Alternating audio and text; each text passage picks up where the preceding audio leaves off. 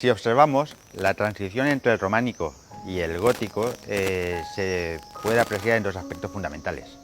En el románico, que seguían las directrices de la abadía de Cluny, la decoración era importante porque era una forma de transmitir ideas a la gente que no sabían leer.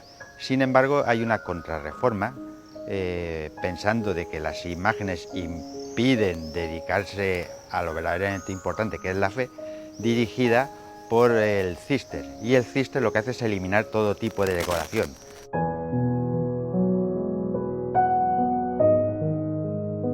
Sabemos lo que es una gárgola.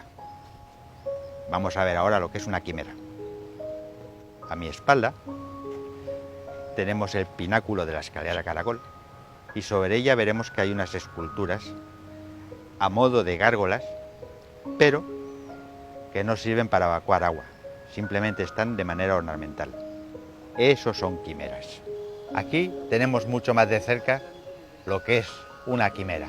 En este caso, una mujer tocada, quizás una monja, orando.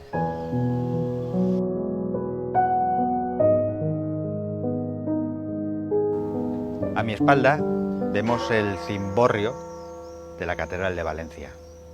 El cimborrio cuenta de dos cuerpos: el cuerpo inferior, ejecutado en el siglo XIV, y el cuerpo superior, ejecutado en el siglo XV.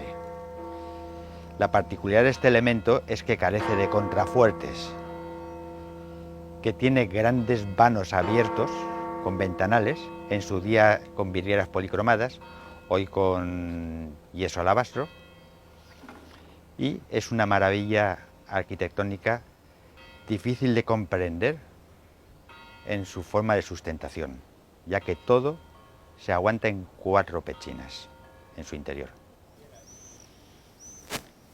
Vamos a percatarnos en el detalle de que unas ménsulas son las que soportan toda esta estructura.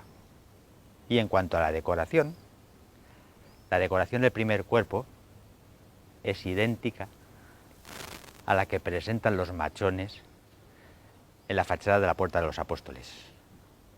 En el cuerpo superior, si nos fijamos, a ambos laterales del arco ojival vemos parejas de personas, a ejemplo de los canecillos que también representan parejas de personas en la puerta románica que tenemos frente a nosotros.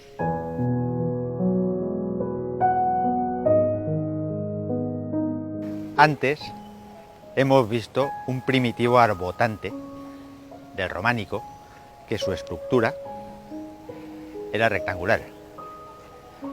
Aquí ya estamos en el pleno gótico, donde los arbotantes son mucho más importantes, y por la parte superior del arbotante va la canal que desagua en una gárgola.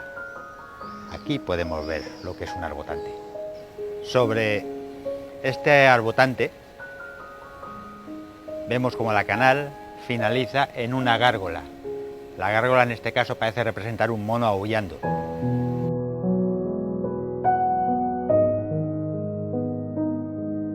Detrás de mí tenemos la Torre Nueva, conocida actualmente por el nombre de su campana, Torre del Miguelete. Y si vemos, cuando pasa de un cuerpo a otro, salen una especie de elemento a forma de gárgolas, quimeras, y en nuestro cimborrio esas quimeras también existieron, hoy en día desaparecidas.